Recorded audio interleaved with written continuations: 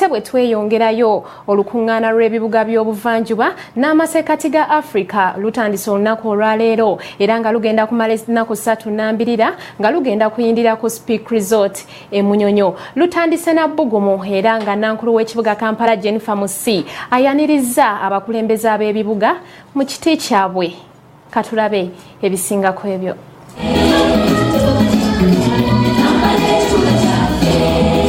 Eno yengeri olukuŋŋaana lw'ebibuga by'obuvanjuba n'amasekkati ga Africa gye luguddwamu ku Speak Resort e Munyonyo. Mu bigambo bya nankulu w'ekibuga Kampala Jennifer Musise Makula bw'abadde ayaniriza abakulembeze okuva mu mawanga ag'enjawulo abeebazizza olw'okukkiriza okuŋŋaanira mu Uganda nga gwe mulundi gwa Uganda ogusoose okutegeka olukuŋŋaana lw'ebibuga mu Africa. Omulamwa gw'omwaka guno guli mu kuzimba ebibuga ebyetongodde era ebyesiimisa mu Africa. Jennifer Musi akubirizza amawanga ageetabye mu lukuŋŋaana luno okuyambagana mu bizibu eby'enjawulo lwe kinaasobozesa ebibuga byabwe okukula.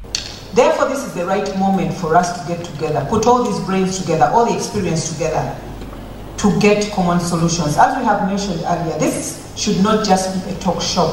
It should be something that will give us leverage, that will give us a solution, so that at the end of the forum, at the end of the 2 days, we shall be able to take back with us at least one solution. Agasseeko nti KCCA oluvannyuma lw'olukuŋŋaana luno yakutondawo akakiiko ak'enjawulo akagenda okulondoola ebiteeso ebinaava mu lukuŋŋaana luno. As KCCA, we have already started. We are sharing our capacity with our neighbors.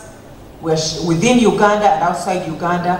We are providing teams to go out and help our colleagues, cutting down the costs of implementation of solutions, cutting down the costs of feasibility studies sometimes, and that is the way we'll manage as urban authorities in Africa. Ye Minister avunaanyizibwa ku guno na guli mu ofisi ya President Engineer Abraham Byandala anokoddeyo ebizibu ebisangibwa mu bibuga nga Kampala omuli omujjuzo gw'abantu, ebifo by'omugotteko, ebyobulamu n'ebirala.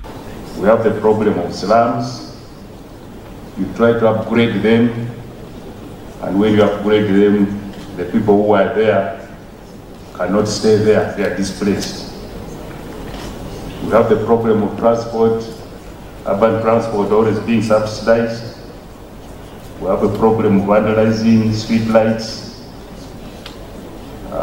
road signs, and so many things in urban centers.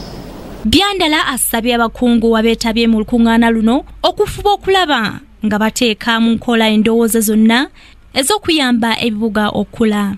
Olukuŋŋaana lwe lumu lwetabiddwamu ebibiina by'obwannakyewa nga bino era bivugirizi omuli UNICEF, USAID n'endala. KCCA ng'eri wamu n'ebitongole by'enjawulo okugeza nga USAID mu lukuŋŋaana olukubiddwa wano e Munyonyo okugezaako okusala amagezi okuyamba ebibuga mu Africa. Ensi ezeetabye mu lukuŋŋaana luno ziri 17 nga n'abakungu bawera 45. Kingdom TV, Nakalima Grace, amalindiriro.